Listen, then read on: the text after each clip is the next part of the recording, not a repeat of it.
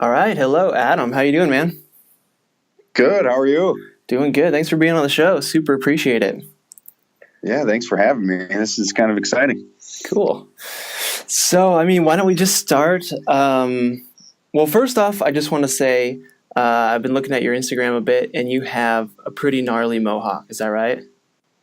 Yeah, I call it the sprout because it just is out the top of my head. Doesn't really continue down the back. Oh, I see. So we've named it the sprout. It's kind of just like a nice little sprout, like I planted a little pot on my head and that's what grows. Right, man. You're like a chia pet. Yeah, exactly. That's it. That's what it should be. A chia pet.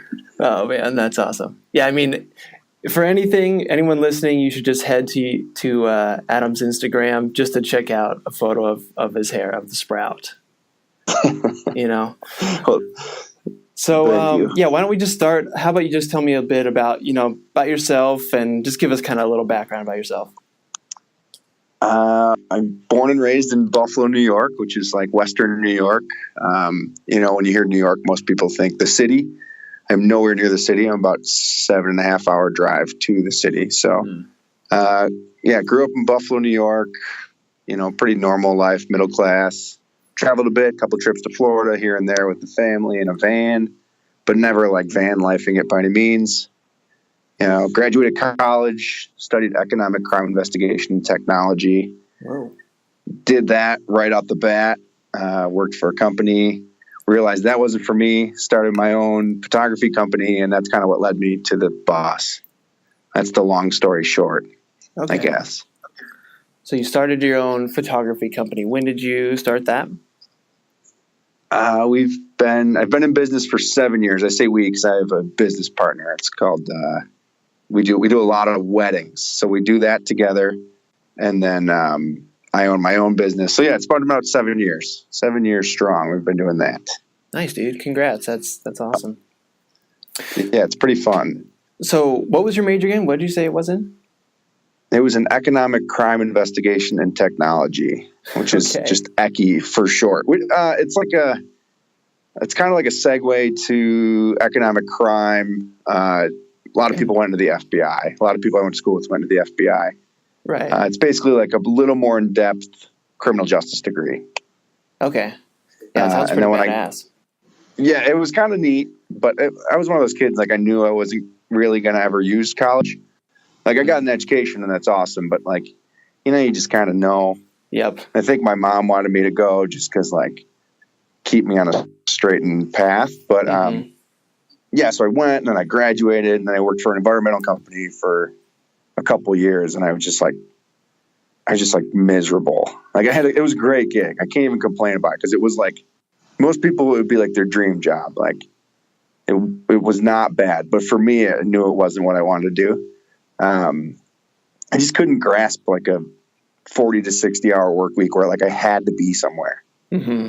Like you always have to work. That's like, there's no getting out of that. You have to work most people. I do. I don't have any, like, there's no stockpile of money in the bank. But like, it's like the freedom of, they said it last week, I think on your podcast, like 40 hours a week isn't that much if you can like put in 2 hours here or 3 hours there. And like, but like the fact that I had to be somewhere all the time, it just drove me insane. So I left and started the photo company. Right. Yeah, man. This is just like the classic story where go to college just because you're kind of supposed to.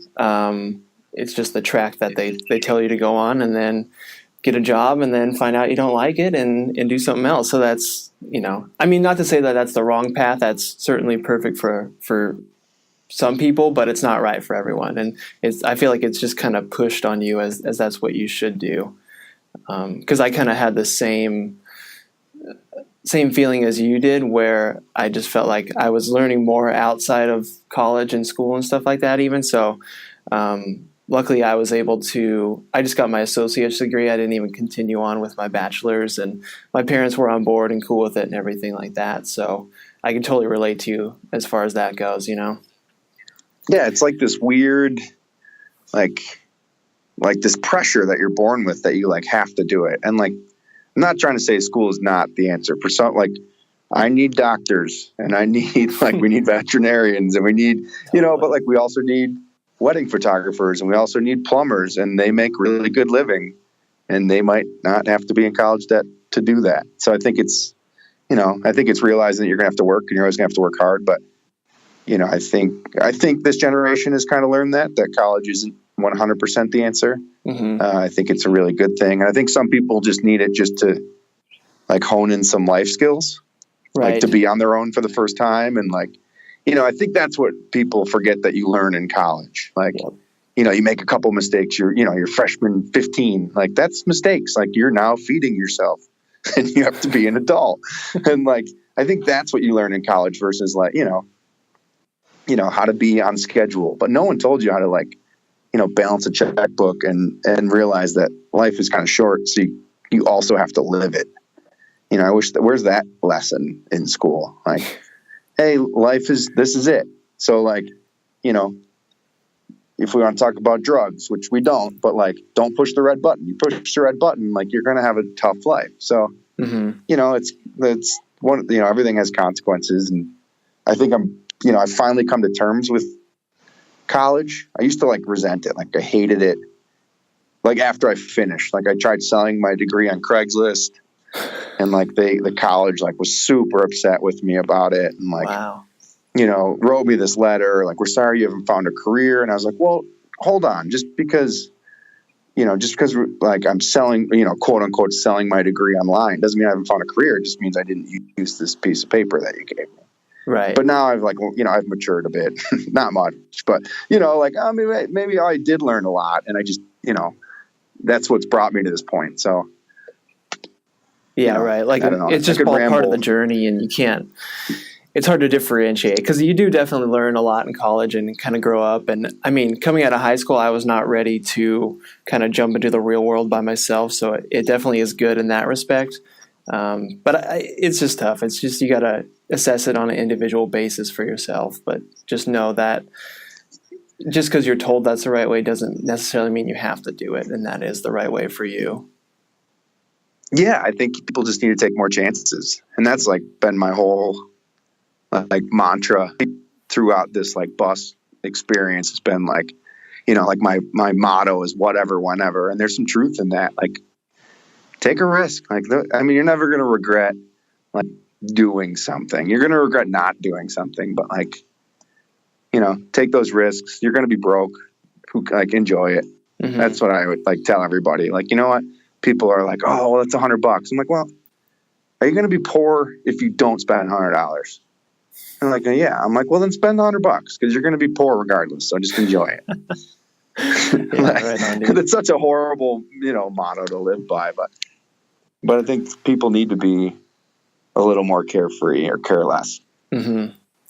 So you said you tried to sell your degree on Craigslist? Do you mean, like, you were literally selling, like, the piece of paper to someone, or what does that even mean? I just had, like, I, like, wrote this, like, witty, well, what I thought was witty at the time, like, advertisement, and took, like, all these great photos of my degree, and, like, put it up for, like, $48,000, and was like, why waste your time for 4 years? You can have this in your closet for the cheap cost. Like, I'll save you all the time. So I don't, just like a punk. Yeah, right. Wow, dude, I wish I would have just ran across that on Craigslist. That's hilarious. Yeah, just total, like, not even teenage angst, like young adult angst. Like, oh, this will get them, and then it's just a punk. Yeah, right. Man, so how did you decide to start a photography business? Were you kind of interested in it already, or how did that get going?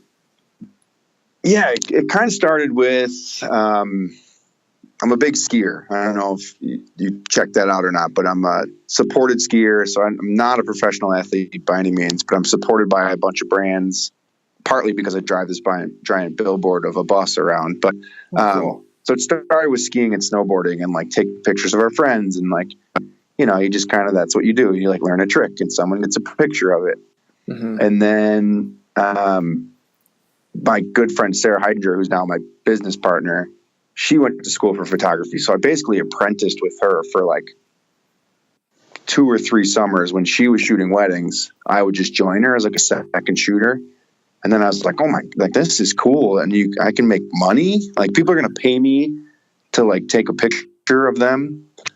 I'm in. Like sign me up. So then I like basically self-taught, and the tech's changing every day. It's like, it's wild, and it's just been like, and that's what it's been. It's just been like a progression of, self-taught, and like now Sarah and I push each other to like get better and learn, and then like something new comes out, and then we feel like, we're like dated, and there's like little kids with these cameras, and I'm like, what are they? I don't even know what they're doing. Like, but yeah, so it's just, sorry, I ramble a lot, but it's just been like rolled into like this like surprise passion. Like when I was 10, I wasn't like, I'm going to be a photographer. This could be my living.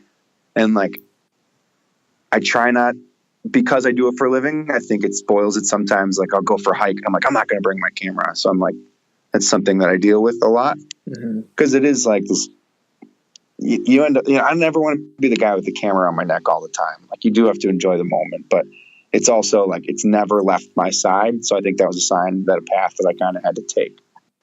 Right. So I went with it. Cool. So, did you start getting into photography back when you were still in New York? Yeah. I mean, I'm still in New York, really. I travel a lot, but New York, Buffalo is like, Western New York is still my home base. Right. Yeah, it's from New York on. It's just, I always say I'll die in New York, which I don't know if that's good or bad, but this is my home. This is where I always end up coming back to. Like I'll travel for a long time and I just come back. I'm like, well, so. Cool. So are you able to kind of book like wedding gigs and stuff like that while you're on the road, or is that mostly something you focus on while you're back in Buffalo? So basically my summers are booked with weddings. Okay. And then winter being my time, I guess, quote unquote, because of the skiing. We try not to book a lot of weddings in the winter. And I do it mobily, I'll set up a Skype call or a phone call, or like sometimes I can meet them because I'm on the road.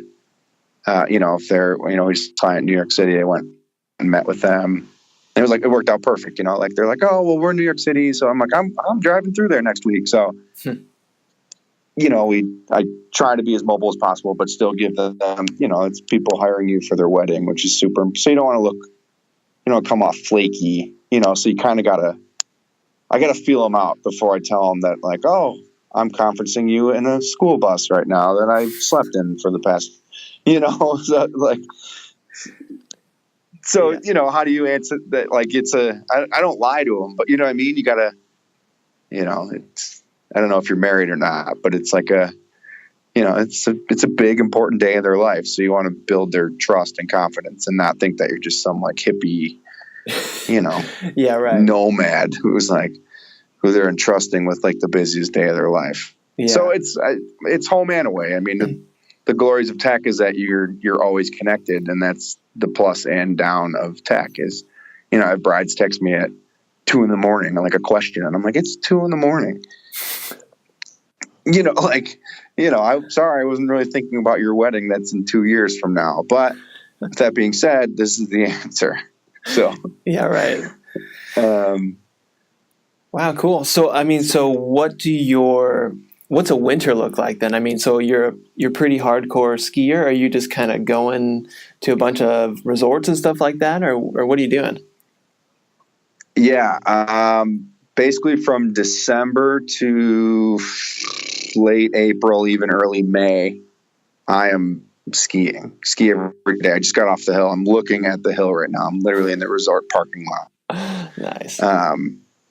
Like my alarm went off. My buddy's like, "What are you doing?" I was like, "Oh, I gotta go make a phone call for a podcast." And he was like, "Whatever, dude." And like, but yeah, so I basically ski 100-something days a year. Ski every day. Nice. I just took like the last 4 days off because I got a wicked frostbite. It was like a wind chill of -30 here on Thursday and Friday. Oh man! And me, idiot, went skiing, so my nose is like flaking off. Jeez. But yeah, that's my winter. So I'm fortunate enough to be, like I said, I'm supported. So I'm supported by Ski Vermont, which is like Vermont Tourism. So I spend 2 months in Vermont just skiing all the ski resorts and photographing, and and we have a little film series that we put out, a little web series, and just kind of trying to help Vermont tourism and show that there's all these resorts and all these cool little things and night skiing, and but my winter's literally just skiing. Like, I wake up in the morning, I make a good cup of coffee, and then I ski till 4 or 5 o'clock, and then I like make dinner and I go to bed and do it again. Wow. With like some emails in between. Right. Exactly.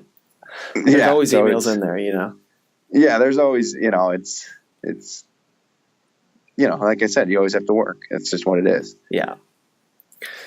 Man, well, that just sounds great. That's pretty cool that you got hooked up with the Vermont tourism thing and can do all that kind of stuff. That sounds so fun. I couldn't be luckier. Like, I have a bunch of brands that help me, and like, it's such a mutual relationship, and it's so nice to work with brands who care and kind of get it. And like, it's like, I can't ask for anything else. It's been pretty phenomenal. And it allows me to like live, like, I couldn't do it without their help. So cool. It's kind of fun. I'm curious, how did you kind of get, like, hooked up with that? Did you reach out to them? Did they find you? How did that work? I got some advice from a friend named Pat Morgan, who's at Big Boulder Park in the Poconos, and he said it's not, because he's always been like a guy. Like, you show up at his apartment and he's got like 8 boxes of Vans, and I'm like, how do you get Vans sneakers? Like, what the heck, dude? And like, he's like, it's not what you can do it's not what the brand can do for you. It's what you can do for the brand. So like, that always stuck with me. Like, by him having 8 pairs of sneakers, like, at his house all the time, like, I looked at all of my shoes and then my friend's shoes, and like, he was an influence. And this was probably 10 to 12 years ago. So like, he was an influencer before like I knew what an influencer was. And like, that always stuck with me. So then, skiing and being on the hill, I reached out to a couple brands, and then it started like building. And then once you like meet these people, it just kind of becomes like a help me help you situation. Mm-hmm. But I've definitely reached out, and like, you get told no all the time, but like, people just think like, oh, you get all this free stuff, that's awesome. And you're like, well, yes and no. Like, free is, it's a term used loosely. Like, mm-hmm. with the free comes like, you're a walking billboard, and you're always representing those brands, and you're always like, I'm not like a pitch man, I'm not like door-to-door salesman, but like, I'm sponsored by Orion Coolers, and like, that's a cooler company, and everyone knows like Yeti coolers. So like, I feel like I have to like really represent like Orion Coolers, and that sounds, I'm not complaining. Like, they're owned by Jackson Kayaks, and they're all made in the USA. And like, those are things I'm really proud of. And like, that's a brand I'm proud to be behind, but like, you gotta play the game, I guess. Right. Yeah. So just kind of look at, it's not like they're just giving you free stuff to give it to you. You're helping them out by promoting their products and introducing it to other people and stuff like that. It's not just free stuff. There's more to it. Right. And like, it's not a complaint, it's like I said, I wouldn't be able to do it without it.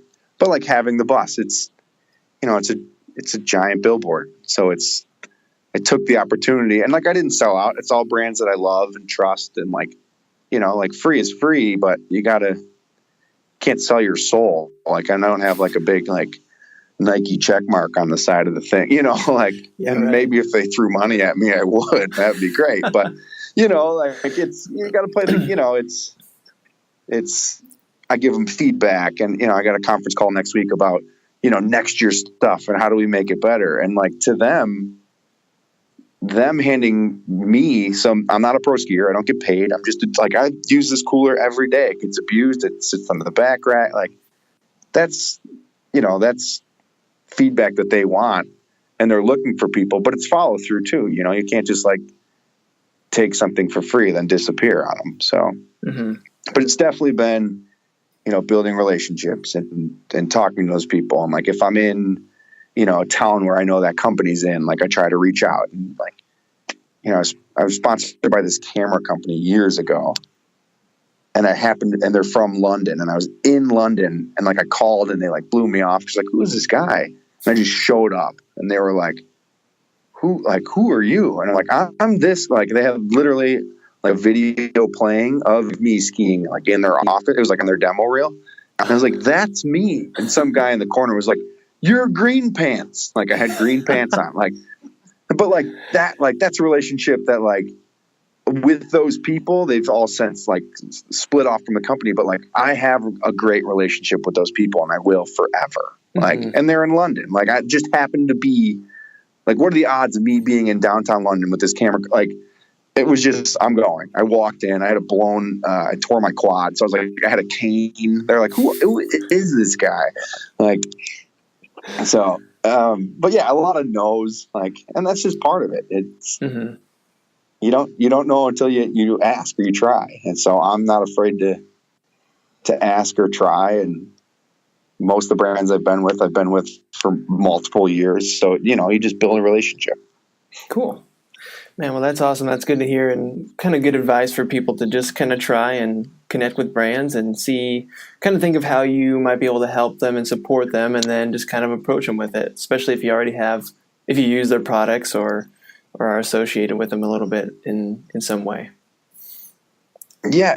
I mean, and like van life or bus life or the nomadic life is like, there's no better, you know, research and development program than a bunch of like crunchy people living in vans and buses. And like that's there. We have some intel that people don't even realize. Like, you know, it sounds so crazy, but you know, it was 4 days ago, it was negative 30 here. And right now I'm looking at it's 51 degrees. Like, so I've had a literally 70-degree swing.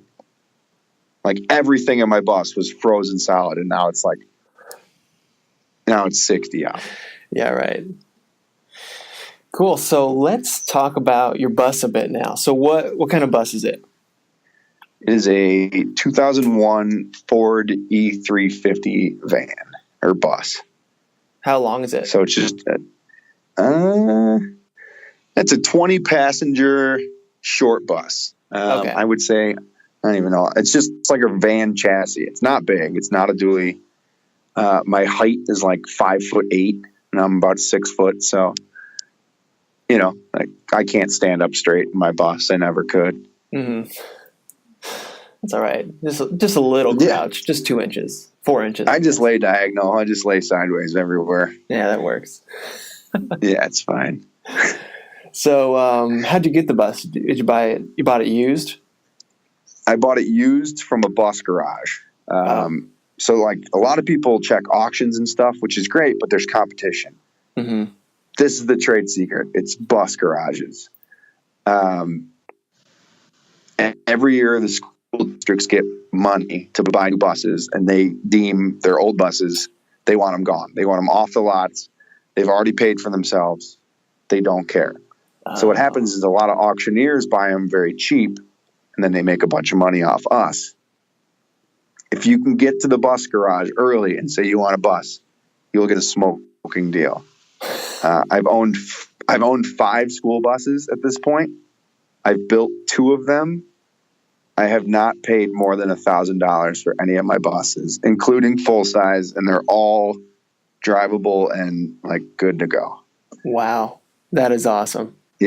Yeah. So this one, long story short, I had the same exact bus, same body style, but a Chevy, and it like rotted out on me because it was like, it's Western New York. We just salt the roads like crazy. We get a lot of rot. It's not California. It's, you know, when you watch the Weather Channel and you see Buffalo, New York, and it's just a mess, like that's, so I built that one and it like crumbled, and I didn't really care. Like it just like was my intro. It was like a preface. It was just like, here's your intro to bus life. And then I was like, all right, So then I bought this one and I like built it. I was like, this is my, I'm in the winter. Like every Instagram post is like all these people and they're like, they got their girlfriend like a bikini and their back door's open. And I'm like, I'm looking out my window and I'm like, there's 3 foot of snow in front of me on my car or on my bus. Like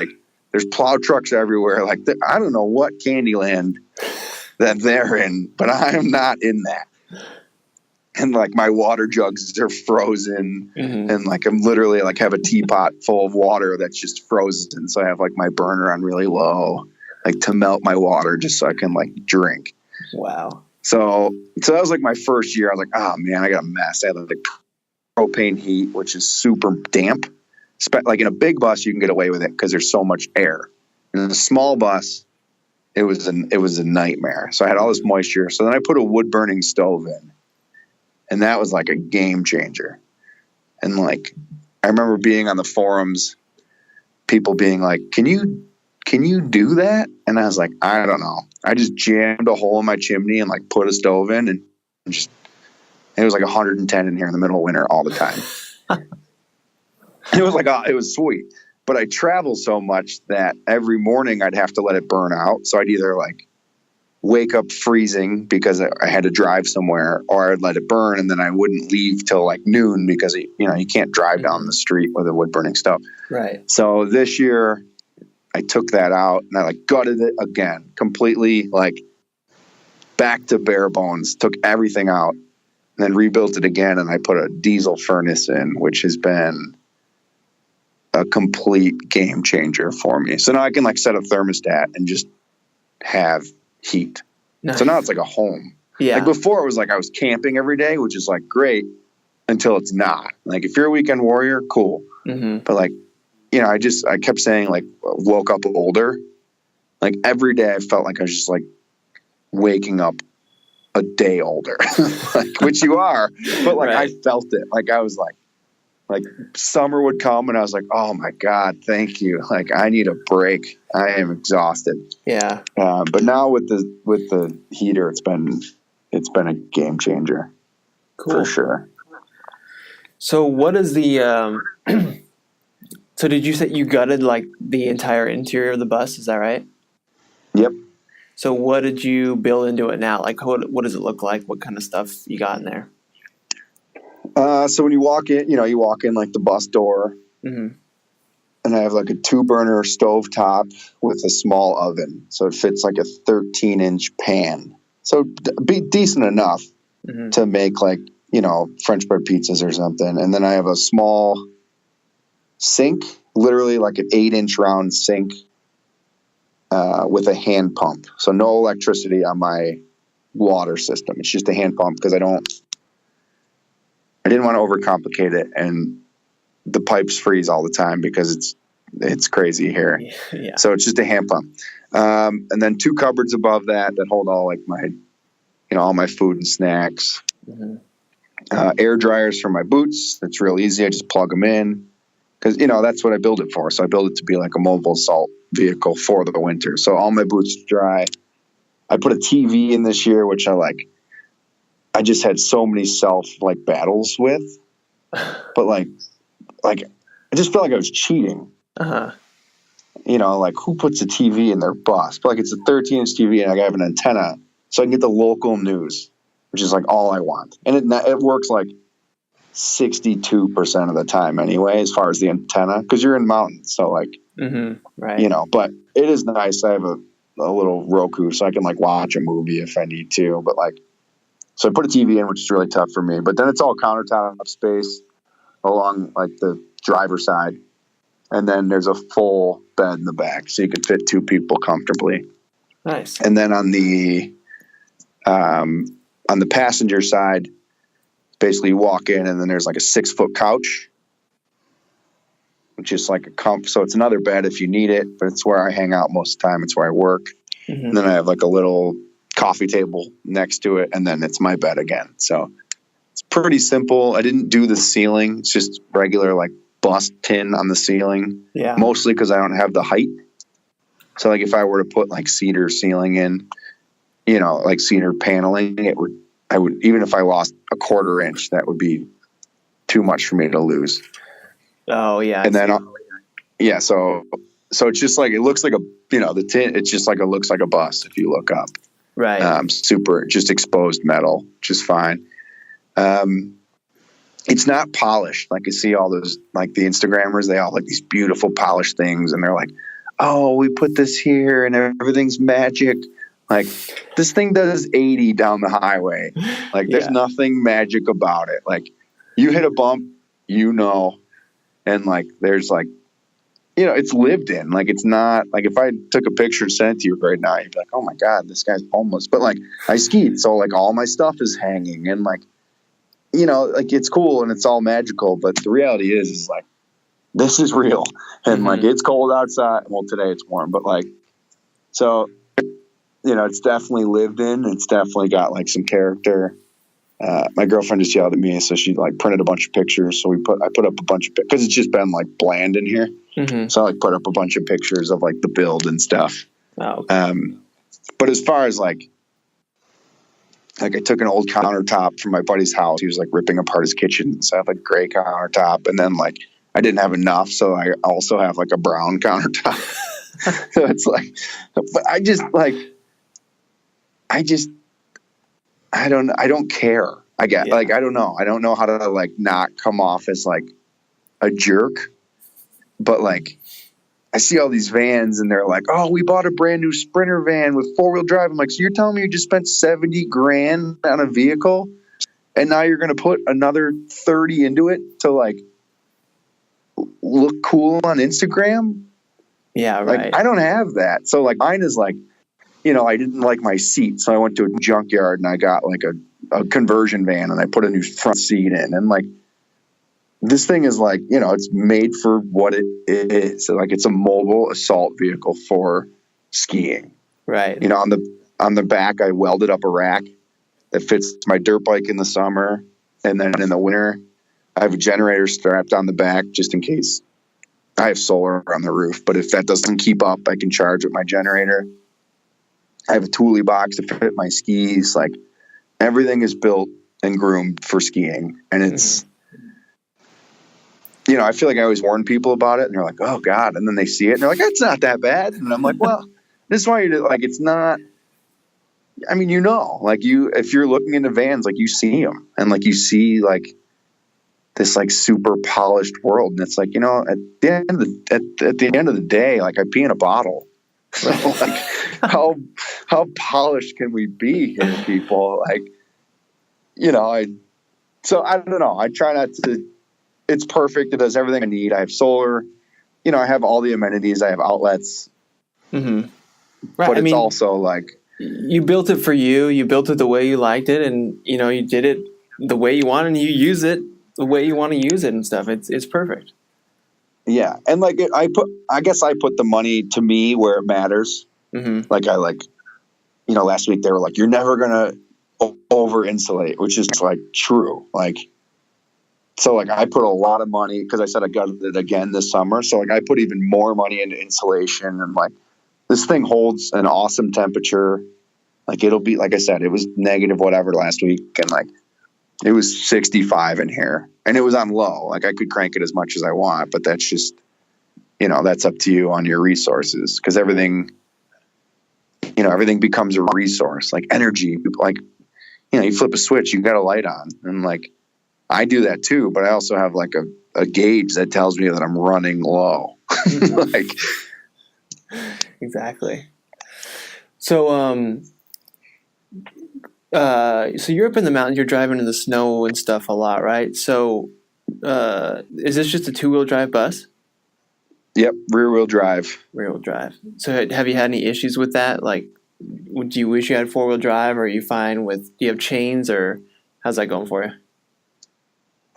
So last year we were filming a webisode, and, my filmer Corey is like one of my favorite humans in the world, but like he drives like a new Subaru and like isn't very mechanical, like doesn't realize like this is like a giant school bus that doesn't like it's not like an off-road machine. Like so he's like, turn right here. And it's like dead of winter. And he like puts me on like this like seasonal road. And I turn right. And the second I get on that road, it's a down that like, it just dead ends into a pond.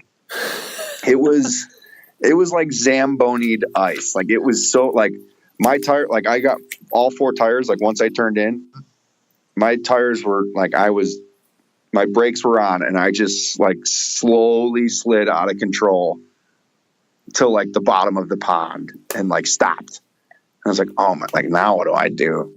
And I didn't have chains, which is crazy because I've been in this thing for 3 or 4 years. But then we went and bought chains and I literally like put them on and it just like walked right out. So now I have chains. It does really well in the snow. It's just ice that crushes it. But yeah, it's also planning. Like I have the freedom. So like, I know if it's going to like snow 18 inches tomorrow that like I would just drive today for the like sometimes you have to, and it does really well. It's just slow and steady. Yeah. And momentum is like it's a fine line of momentum, but like, if I have to stop on a hill, like I might have to stop and just put my chains on then. But if I like carry some speed into that hill, it's not an issue. Right. Yeah. And good tires. Oh, good tires. Yeah. I'm sure that makes a big difference. Yeah. It's insane. Yeah. We were driving, I was driving a 32-foot, like big Class A diesel motorhome in the snow. And like, it was pretty great. Like it worked really good because it's just so heavy. Like it was good. It worked. We didn't have chains or anything. Yeah, and they're just tanks. Yeah, everyone else was sliding off the road and stuff, and we were just going slow and straight. It was good. Yeah, that's how this is. But it's like the whole, like if it does get out of control, like this, it doesn't stand a chance. Like this thing won't stop. Like if I mean, luckily I'm born and raised here, and it's just like it's just a tank. My mom's always like, careful driving. And I'm like, what's going to happen? Like I always say, like worst case, I'm in a ditch with heat, water, food, electric. Like I'm fine. Like I'm always saying, like when the storm happens and like they have all like the helicopter cameras and stuff of everyone, I'm just going to be like hanging out like on my roof. Like, like, hey, I'm good. Who needs, like, I got soup. I got ramen. What do you need? I got everything. Like, I'm just going to be like the hero with like solar panels and heat and blankets. And, yeah, right. That'd be kind of fun, actually. That'd be cool. Yeah. Like, I'm always like, worst case, I'm home. Like, I'm home and in park. Like, okay, yeah, right. I guess I'll move to the back now. So, yeah. Cool. So I want to, this is kind of a selfish question because I'm in California, born and raised here, and like got into snowboarding maybe 6 years ago or so, and I've been doing that a bit, but we just have like terrible snow here. There isn't any snow. It's all man-made stuff. And so I just wanted to hear any suggestions or tips or anything like that you have on kind of places to visit, your favorite resorts, stuff like that. As far as East Coast goes? Yeah. I mean, if you've been to the West Coast too, that'd be great too. Any tips you got? Or yeah, I'm headed out to I'm flying to San Francisco the first week of February, and then I'm going to Tahoe for 2 weeks. So nice. I'll probably ski at Squaw, but man, my favorite resorts on the East Coast. Jay Peak is up there. That's in like northern Vermont. That's like a real mountain. We don't have like a lot of like big burly mountains. So Jay Peak and Stowe are definitely my top two. Killington is like one of my favorite vibes for sure. I hate saying the word vibe, like, oh, totally vibe, bro. But everyone there is just like they're Vermonters, and like Stowe got bought by Val. So now they're like, a lot of their, like the core Vermonters are like mad about that. So now they're starting to pop up at Killington, and then Mad River Glen, which is like their slogan, ski it if you can. And it's a ski only. You can't snowboard there, which is kind of funny. Like that, like I guess segregation like exists in the ski industry still, but it's just like this like gnarly mountain. They put a new chairlift in, and it's just a single chair, like it just seats one person. Wow. Yeah, and that's what they used to have, and then they voted, and that's what they voted to put in again. So like it's very like nostalgic, and like it preserves the hill versus, if you're sending 6 people up the chairlift every time, the amount of laps that it takes to destroy that mountain is way less than, if you're putting one person on at a time. Like that's probably my favorite mountain is Mad River Glen. It's just like this crazy, weird place in Vermont that like is this nasty mountain. It's like 10-year-olds like hucking cliffs. And then you like go inside. And they're like, "Do you want a brownie? They're 50 cents." And I'm like, "Yeah, I want all the brownies." So like the mom and pop places are really cool. This place called Ascutney. It was a ski resort, and then I don't know if the lodge burned down or they closed, but then the village bought it and they put a rope tow in. So the rope tow takes you like 600 foot of vertical, and then they encourage you to like hike up the rest. So they have like a really cool, like that's Vermont. Like it's very like just weird and crunchy, and like everyone says like, "Why don't you go out west?" And I'm like, "Because this is like this. These are my people." Right. Like, I walk up the hill probably 5 days a week. I go like you call it skinning. You go, you tour up the hill, and like the chairlift's running, and people are like, "Why are you like?" Because to me, it's not necessarily about the down. It's just about being out here with people you enjoy. So like sometimes like I'm tired. And you'd think walking up the hill is like more work, which it is, but it's less wear and tear. So like I still get out in the elements, and so I think I just like the funkier places. Those are the places that feel most at home. And they're like with the bus, they love it. Like, I pull up at Mad River Glen and they're like, "Do you want me to leave the back door open so you can use the bathroom?" Like, like they don't, versus Stowe's, like I pull in and they're like, "No overnight parking." And I'm like, "Whoa, I'm just coming for the day." It's 7 a.m. Like, hang on. I was gonna, but I won't now. So, man, cool. Well, thanks for that. I appreciate it. So, dude, This is just so cool talking to you. You live such a cool life. Sounds, it's just awesome. It's so fun to hear all this stuff from you. Thanks, man. It's good to hear because I forget. I hate saying that. Like, I know my life rules, but like, it's not always those Instagram posts, like we still have to deal with life. I still have student loans. I still like, you still have to survive, and I run a good business and make pretty good money, but like, trust me, if I could buy a chalet next to one of these places, I would. So it is refreshing to hear once in a while that like, you're doing all right and you're having fun, and there's a lot of people out there who wish they could do it. Yeah, very true. I mean, I think it could just be easy to get kind of caught up in the like day-to-day monotony sometimes of stuff and the things that aren't great. But just when you take a step back and look at things overall, you kind of realize how lucky you are and how cool stuff is, Yeah, it's, I think, it's always, the grass is always greener. And like I got a lot of buddies who are married with kids, and I'm like, man, that would be cool. Like, don't get me wrong. And then they're like talking to me and they're like, "Dude, I'd love to switch with you for a couple months." So it's, you gotta, it's give and take and do what works for, I don't think I'll be doing this in 10 years. Who knows if I'll do it next year, but like right now it works for me. I really enjoy it. So I'm going to like, I don't know, man. I'm going to keep running it until I feel like I shouldn't. Cool. Right on, man. So, where can people, what's your Instagram account? You have a website. Where can people kind of connect with you and check out your stuff if they're interested? Instagram's definitely the easiest. It is at Mr. Adam X. It's just MRADAMX. That's the easiest. And then if you're on there, there's a link to our Vimeo page, we have 4 episodes out, but it kind of like digs a little deeper on like how I started, why I started, what my bus looks like. We have one called Seasons, talking about like, the seasons change, but so do we. And that's like what we forget is like you change as a human. So like my first year in this versus now is totally different. And I think it's for the better, but Instagram's the easiest, at Mr. Adam X. I think Facebook is, facebook.com/Mr. Adam X as well.